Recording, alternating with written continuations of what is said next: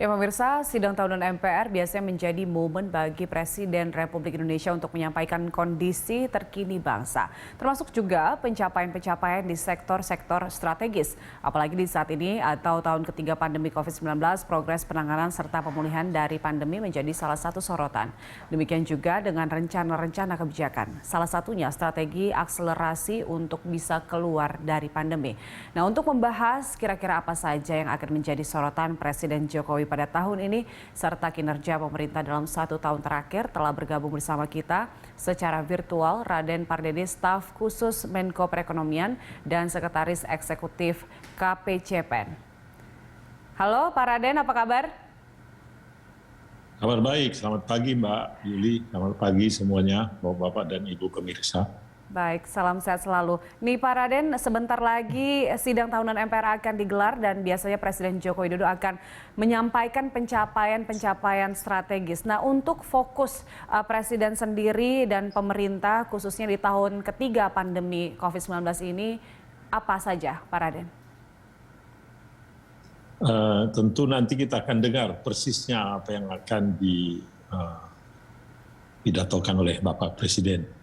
Tapi pada intinya saya pikir kita juga mengucap syukur kepada Tuhan bahwa boleh dikatakan pandemi ini sudah relatif terkendali.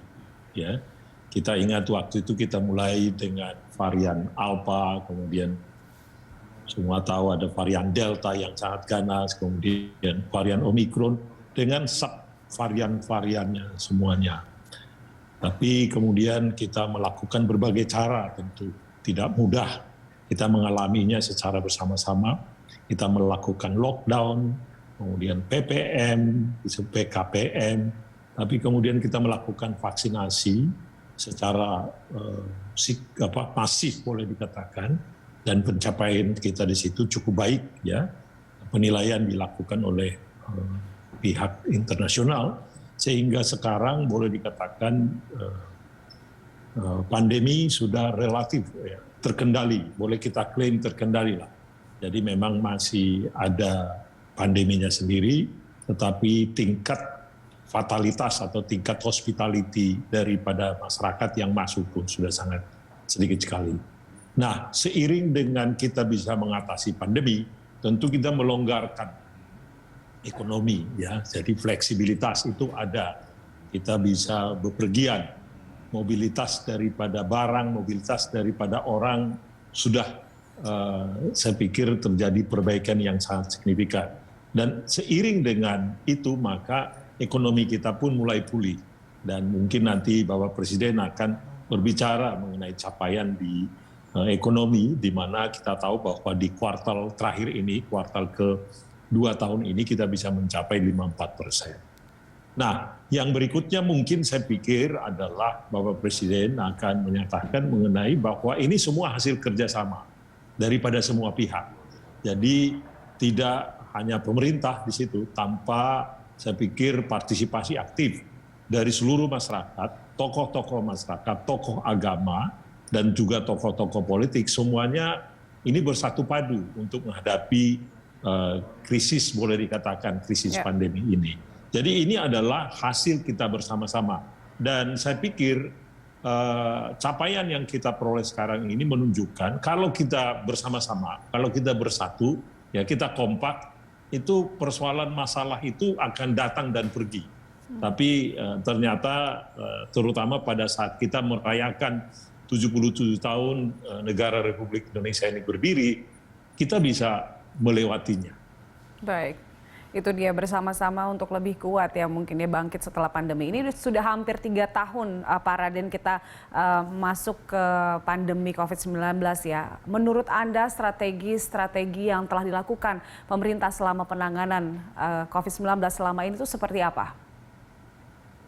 Nah, memang boleh dikatakan pada saat kita menghadapi pandemi, kita tahu kita pertama kali masuk ke Indonesia, kita deteksi COVID-19 itu di minggu pertama di bulan Maret tahun 2020.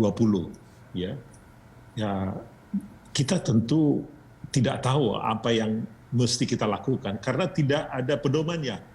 Jadi tidak ada pedoman dan tidak ada yang kita bisa tanya sebetulnya. Dokter yang ada sekarang kan belum pernah mengalami pandemi seperti yang kita alami di tahun 2020 hingga sekarang ini. Ingat Spanish flu atau flu Spanyol itu terjadi di tahun 1912.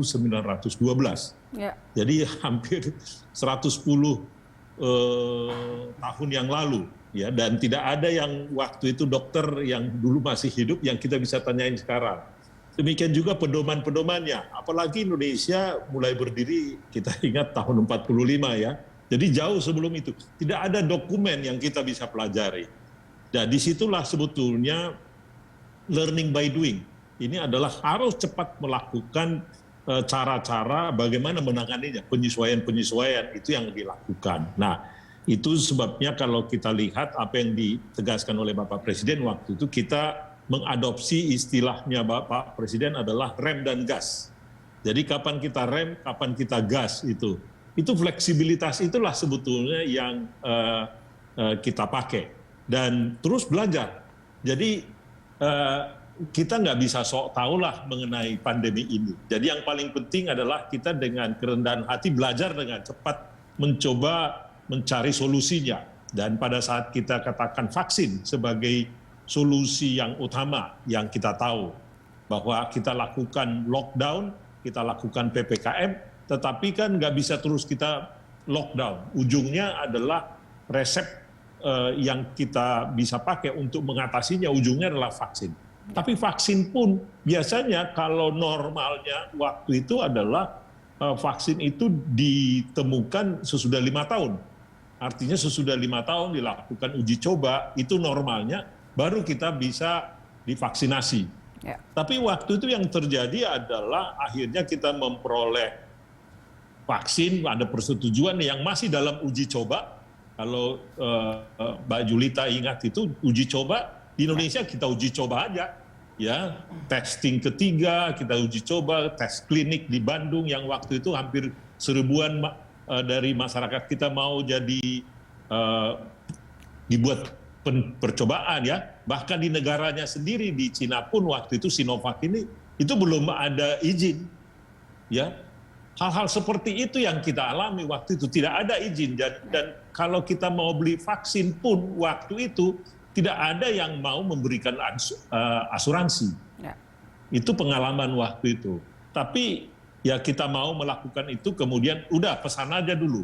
Dan banyak yang mengkritik, ya para dokter pun kritik. Bisa kita tahu, tidak ada kepastian. Dan seluruh dunia seperti itu. Akhirnya Bapak Presiden sendiri pesan dari Tiongkok waktu itu, dan beliau sendiri yang pertama kali divaksin. Jadi yang pertama kali divaksin secara resmi orang Indonesia adalah beliau, Pak Presiden. Kemudian diikuti oleh, jadi boleh dikatakan genie pig-nya itu beliau sendiri, Bapak Presiden. Dia menjadi percobaan, baru kemudian yang lain ikut. Nah, ini yang saya mau menggambarkan bahwa apa yang kita tempuh itu adalah memang tidak mudah. Kita belajar sendiri. Bagaimana mengatasinya dengan learning by doing. Sama juga Mbak dengan ekonomi. Waktu itu berapa yang kita harus berikan? Apa yang kita harus lakukan? Defisitnya berapa? Ya, kita juga nggak tahu. Kita makanya kalau waktu itu yang kita lakukan penyesuaian-penyesuaian. Ya. Jadi budget pemerintah semula katakan disebutkan kita akan berikan 150. Oh menjadi 300, menjadi 500. Ujungnya 700 triliun. Di tahun 2020 anggaran penanganan COVID dan pemulihan ekonomi nasional. Itu adalah learning by doing, itu loh. Baik. Jadi memang ada fleksibilitasnya dan terus terang kita juga berterima kasih bahwa ujungnya para politisi di DPR juga menyetujui, itu loh. Semua mengetahui bahwa keadaannya ini adalah tidak keadaan normal. Ya. Dan memang benar seluruh dunia mengalaminya. Jadi boleh dikatakan kita sudah melewati itu sekarang. Jadi keadaan kita sekarang seperti kita tahu, COVID kita per rata-rata minggu ini kurang dari 5.000. Ya. Di Singapura saja 20.000 ya per minggu, per rata-rata per harinya. Di Jepang masih 100 ribuan, ya di Amerika 200.000. Jadi kemudian fatality rate, tingkat kematian sudah sangat rendah. Ekonomi sudah mulai bertumbuh. Itu adalah seperti yang kami katakan tadi, keberhasilan kita semua, keberhasilan dari seluruh masyarakat Indonesia yang secara bersama-sama mau melewatinya. Ya, ada juga kritik sana sini, ada komplain, ya biasa lah. Ya, tapi secara umum boleh kita bersyukur bahwa kita sudah melewatinya. Baik, meskipun kita sudah turun untuk jumlah kasus COVID-19, Pak Raden, namun nyatanya untuk beberapa minggu terakhir ini memang tampak lebih naik ya dengan adanya varian baru, Pak Raden. Apakah mungkin dengan adanya efek dari varian baru dan penambahan angka ini kita akan kembali ke situasi yang pernah kita lalui sebelumnya, lonjakan kasus dan kemudian ketiadaannya aktivitas ekonomi dan sebagainya, akan kembali nggak kita ke sana, Pak Raden? Mudah-mudahan tidak. Ya, terus terang kita selalu belajar dengan subvarian yang baru ini. Ini varian yang baru ini dulu disebutkan ini 212, ya, Omicron 212 atau BA212, ada B4, ada B5. Sekarang disebutkan dengan Centaurus ini yang datangnya dari India, gitu loh. Mungkin dari India ini boleh dikatakan memang lebih menular dibanding dengan BA4 dan BA.5. Akan tetapi kalau kita lihat, pertama hasil serologi yang dilakukan oleh teman-teman dari universitas, terutama dari Bank Indonesia, dari Universitas Indonesia, mereka melakukan survei ya terhadap penduduk Indonesia sekarang. Kalau dulu kita lakukan untuk Jawa, Bali, tapi sekarang ini untuk seluruh Indonesia, bahwa tingkat imunitas kita secara kelompok itu 98,5%. Itu hasil dari Universitas Indonesia tentunya ya, para ahli di sana. Jadi memang dengan begitu kita cukup yakin sekarang ini bahwa hasil dari vaksinasi yang boleh dikatakan kita cukup berhasil di vaksinasinya, memang booster ini masih perlu dilanjutkan, ya. Tapi secara umum hasilnya ini sudah sangat baik. Bahkan dibandingkan dengan berbagai negara lain, kita relatif sangat baik. Nah, pertanyaan Mbak Julita tadi, apakah kita akan merubah, artinya apakah kita misalkan akan bikin PPKM yang sangat ketat lagi? Kita berdoa mudah-mudahan tidak. So far sekarang ini kita tidak melihat kita akan melakukan lockdown, mengurangi kegiatan.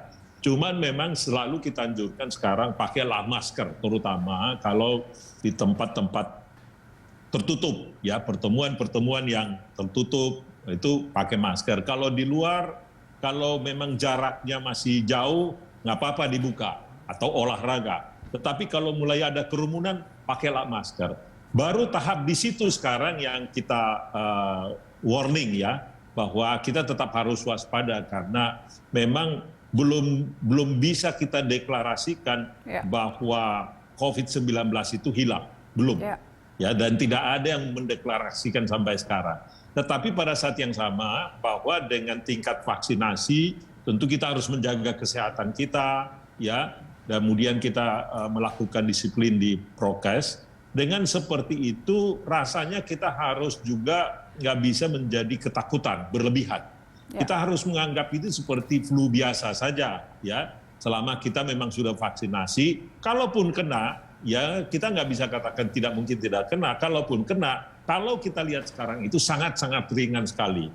Ya, teman-teman Mbak Julita, kita, saudara-saudara kita juga ada yang kena. Tetapi sangat-sangat ringan sekali, sudah jauh berbeda dengan pengalaman kita di Delta, bahkan Omicron di awal.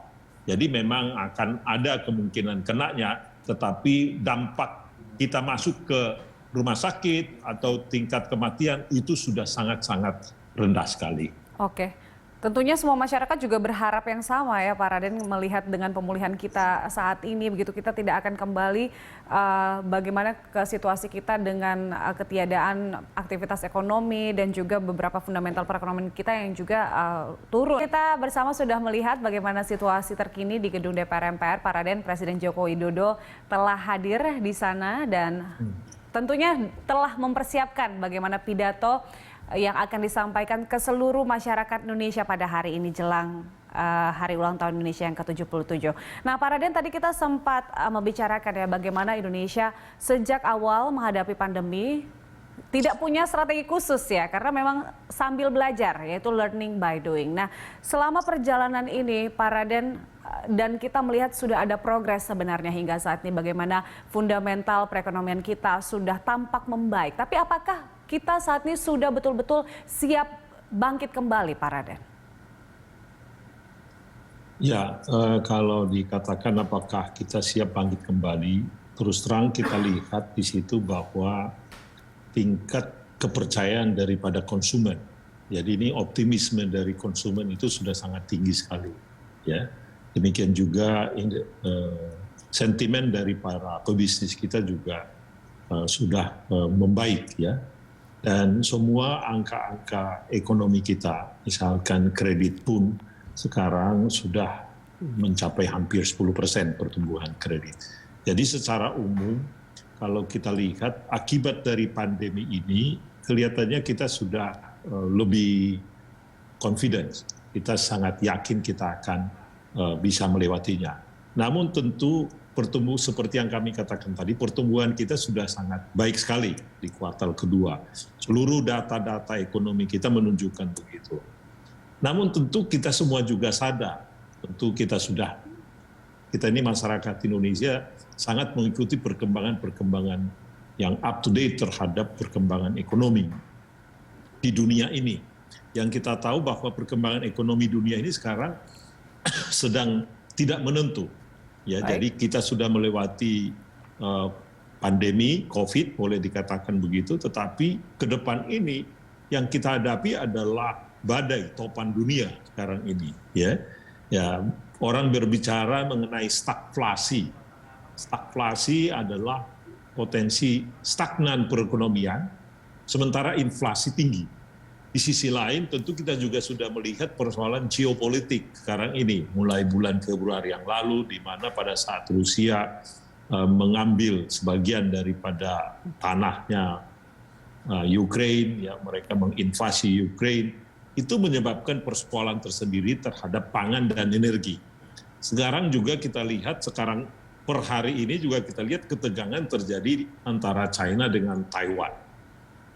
Ya, nah ini semuanya ini menjadi satu equation baru, artinya satu equilibrium yang baru yang menantang kita. Jadi boleh dikatakan angin datang sangat kencang dari depan kita sekarang ini. Angin berhembus sangat kencang sekali. Kita memang sudah mulai bertumbuh, mulai menginjakkan kaki, mulai berlari, tapi tiba-tiba datang taufan yang besar lagi. Jadi ini tentu akan berpengaruh kepada kita. Nah, itulah situasinya sekarang. Kalau dikatakan apakah kita sudah boleh dikatakan pulih, ya kita sudah hampir pulih boleh dikatakan. Ada sebagian daerah kita yang belum pulih, contohnya seperti Bali ya, mereka belum betul-betul pulih. Tapi kalau kita lihat Jakarta itu sudah boleh dikatakan pulih, karena kalau kita lihat saja kita pergi ke jalan ya, kemana-mana kan sudah macet. Itu adalah gambaran pemulihan daripada kegiatan ekonomi. Nah, cuman kan sekarang ini dengan adanya ketidakpastian atau taufan yang saya katakan tadi, hurricane yang disebutkan, into the darkness, ya, itu kalimat-kalimat yang muncul sekarang ini, saya pikir kita akan mampu melewatinya juga. Ya, Indonesia akan mampu melewatinya. Dan itulah sebetulnya pidato sekarang ini, hari ini menjadi sangat penting saya pikir. Ya. Beliau mungkin akan memberikan pandangannya mengenai situasi, assessment terhadap situasi sekarang, capaiannya seperti apa. Tetapi tantangan ke depan juga tidak kurang besarnya.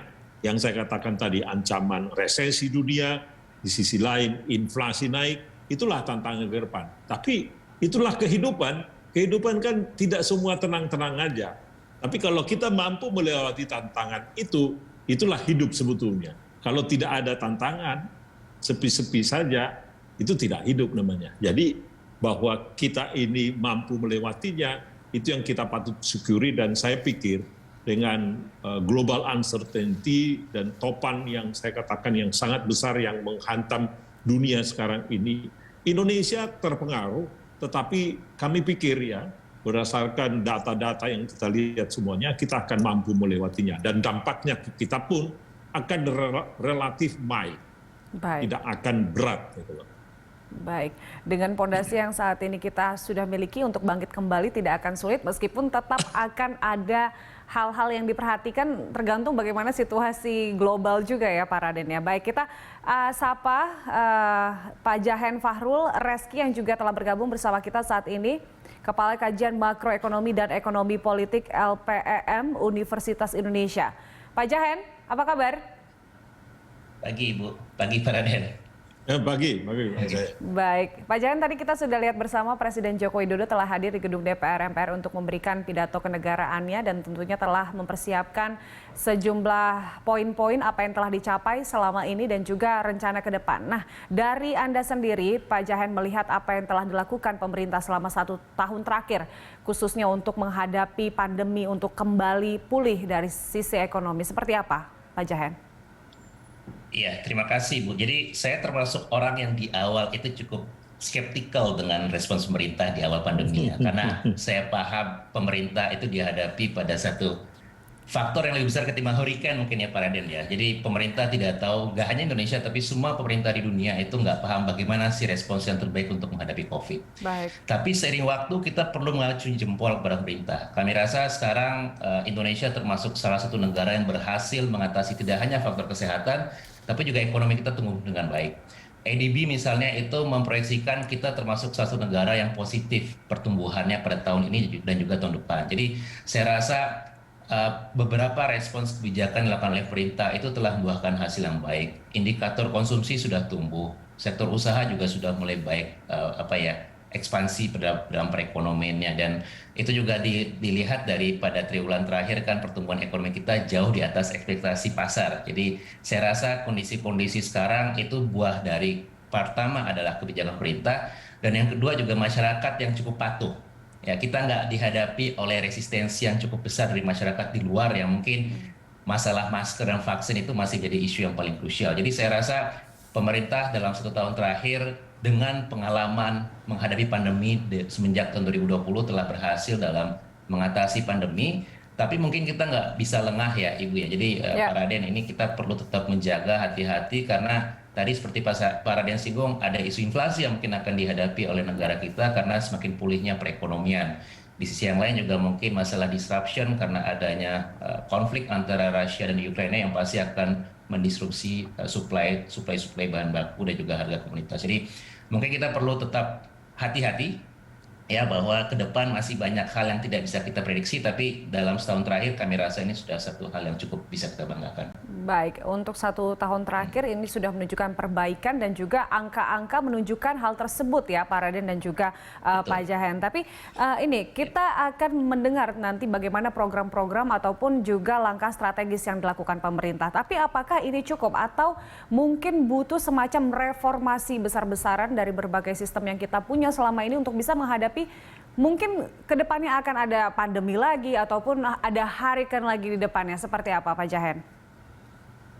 Iya, jadi saya rasa 2-3 tahun terakhir itu memberikan kita banyak knowledge ya Ibu ya, bahwa apa sih yang perlu dipersiapkan ketika ada krisis yang bukan karena faktor ekonomi.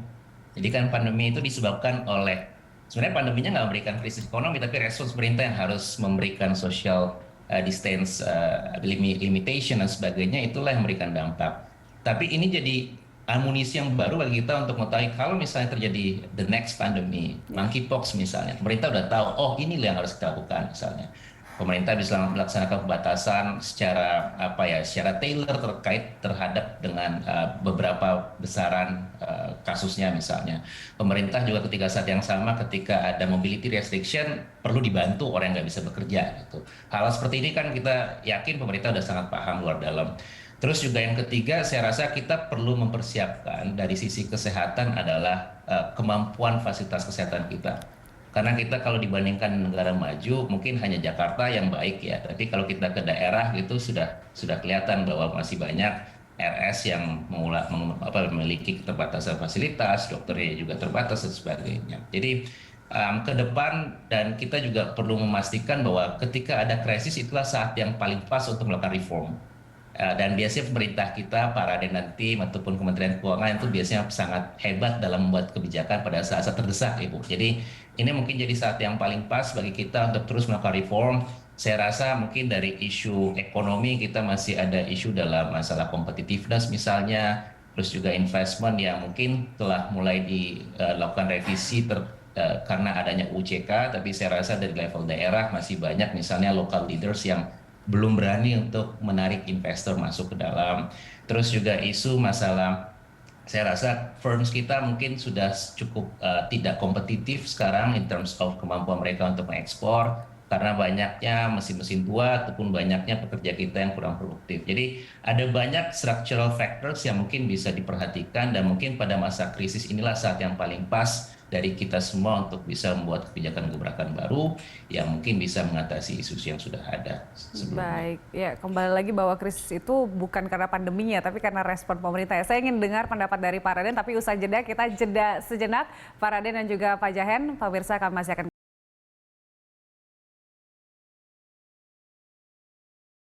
Jahen. Nah, Pak Raden, tadi Pak Jahen sudah mengatakan bahwa ini saatnya pemerintah melakukan reformasi. Dan juga Pak Raden adalah spesialis ya dalam membuat kebijakan-kebijakan khususnya ketika hal-hal besar terjadi. Ini menurut Anda seperti apa, Pak Raden? Ya memang apa yang dikatakan tadi itu benar. Jadi kita mengingat apa yang dikatakan sebetulnya Perdana Menteri Inggris pada Perang Dunia Kedua, namanya Winston Churchill, ya, disebutkan do not waste a good crisis. Jadi beliau mengingatkan kita bahwa krisis itu jangan dilihat dan jangan ditangisi, ya. Kalau kita menangisi dan merenung saja terhadap krisis, kita tidak melakukan apa-apa. Jadi itu saya pikir nasihat yang baik. Jadi kalaupun ada tantangan, kita bukan berarti larut di dalam tantangannya dan tidak melakukan apa-apa. Dan itulah sebetulnya apa yang dikatakan tadi juga oleh Pak Jahen itu Mas Jahen ini, bahwa kita harus melakukan reformasi. Nah kalau kita lihat sebetulnya dalam 2 tahun terakhir ini, jadi mungkin Mbak Julita, Pak Jahen juga ingat bahwa salah satu terobosan yang kita lakukan adalah kita melakukan apa yang kita sebutkan Undang-Undang Cipta Kerja, ya, Omnibus Law, Undang-Undang atau Undang-Undang Cipta Kerja. Intinya adalah kalau biasanya kebijakan-kebijakan yang sangat klasik itu menghadapi artinya ada goncangan atau kita ada kenaikan daripada inflasi, kemudian juga pertumbuhan ekonomi menurun. Baik. Dalam keadaan yang relatif tidak terlampau signifikan, maka yang kita pakai adalah kebijakan moneter dan fiskal. Tapi kali ini, apa yang dikatakan tadi, karena terjadi perubahan struktural daripada perekonomian akibat dari pandemi sekarang ini, maka kita menjawab memang dengan melakukan structural reform. Nah, structural reform itu adalah kalau kita lihat di tahun 2020 kita sudah langsung luncurkan Undang-Undang Cipta Kerja. Ya, bahwa Undang-Undang Cipta Kerja itu intinya adalah dari sisi supply side-nya, dari sisi pelayanannya, dari sisi bagaimana supaya lebih cepat, bagaimana supaya lebih mudah, bagaimana supaya lebih sederhana, ya. Jadi debirokratisasi, ya, kemudian juga deregulasi, itu yang kita lakukan. Debirokratisasi ini menjadi penting dan itu kita harapkan akan terjadi sampai ke daerah. Misalkan kita mengurus izin sekarang, ya tidak perlu lagi harus pergi ke kantor, cukup pakai online. Nah, hal-hal seperti itu sebetulnya yang kita reformasi di dalam Undang-Undang Cipta Kerja ini. Jadi boleh dikatakan salah satu andalan kita ke depan adalah tentu kita akan merevisi Undang-Undang Cipta Kerja sebagaimana diamanatkan oleh MK, tapi kita hidupkan lagi itu, kita perbaiki, dan saya pikir secara umum, ya secara garis besar, apa yang di Undang-Undang Cipta Kerja itu akan membuat lingkungan usaha kita menjadi lebih kondusif. yang dikatakan tadi, competitiveness kita harapkan akan naik. Tingkat pelayanan dari kantor-kantor pemerintah, baik di pusat maupun daerah pun akan jauh lebih baik, lebih mudah, ya, lebih sederhana. Itulah, dan itu yang kemudian akan juga menarik investasi dan juga menciptakan lapangan kerja. Makanya judulnya pun adalah Undang-Undang Cipta Kerja. Ya, jadi dengan dilakukannya perbaikan-perbaikan itu, dengan kita nanti bisa lebih efisien, lebih produktif, itulah sebetulnya yang kita harapkan yang membawa kita bisa mencapai perkembangan ekonomi atau pertumbuhan ekonomi yang lebih sustainable ke depan ini dan tidak mengandalkan monetary maupun fiskal lagi. Baik. Pak Jahen, ini karena kebetulan Pak Raden sudah menyebutkan ya bahwa salah satu contoh reformasi yang telah dilakukan pemerintah adalah soal Undang-Undang Ciptaker gitu. Apakah menurut Anda ini adalah contoh yang berhasil sehingga bisa mungkin diberlakukan untuk kebijakan berikutnya hingga beberapa tahun ke depan? Oke, ada dua hal mungkin ya Ibu ya. Pertama adalah objektif dari kebijakan ini. Karena masalah berhasil kita mungkin belum bisa mengevaluasi ya. Karena kan baru berjalan dan masih banyak aturan turunan yang harus dikerjakan oleh pemerintah. Tapi saya rasa dari ruh awal kebijakan tersebut saya sepakat dengan Pak Raden bahwa ini penting karena kita punya banyak isu terkait dengan competitiveness. Masalah pelayanan, sulitnya untuk berusaha, perizinan dan sebagainya, dan banyaknya aturan dari level pusat sampai level daerah. Jadi harapannya adalah, lagi-lagi ini harapan ya Ibu ya, harapannya adalah dengan adanya undang-undang ini itu bisa mengatasi semua masalah yang dihadapi terkait dengan lapangan kerja, terkait dengan investasi dan sebagainya. Masalah evaluasi kita mungkin belum bisa menilai ya, tapi mudah-mudahan ketika ini telah berjalan dengan baik, maka nanti hurdles ataupun obstacles yang dihadapi oleh investor misalnya bisa selesai. Karena kalau nggak salah ada studi yang menyatakan bahwa untuk bisa melakukan investasi Indonesia itu para investor perlu membaca ataupun memahami ribuan dari aturan mulai dari tingkat pusat daerah. Mudah-mudahan UCK bisa mengatasi ini. Terus juga ada misalnya OSS ya Pak Raden ya. Jadi mudah-mudahan sekarang orang udah bisa terlayani secara digital gitu, nggak perlu datang lagi ke kantor-kantor. Tapi saya belum bisa melihat apakah ini berhasil atau enggak, Ibu, karena memang kita belum bisa menilai itu. Mudah-mudahan nanti tim dari Pak Raden juga bisa ada data yang bisa kita lakukan untuk penilaian sehingga terlihat emang ini ada manfaatnya, tapi ada beberapa hal lain yang bisa kita evaluasi secara mendalam. Baik Pak Jahen dan juga Pak Raden, kita sebentar lagi akan menyaksikan bagaimana pembukaan sidang tahunan MPR DPR. Terima kasih telah bergabung bersama kami, Pak Jahen dan juga Pak Raden. Sehat selalu, sukses selalu.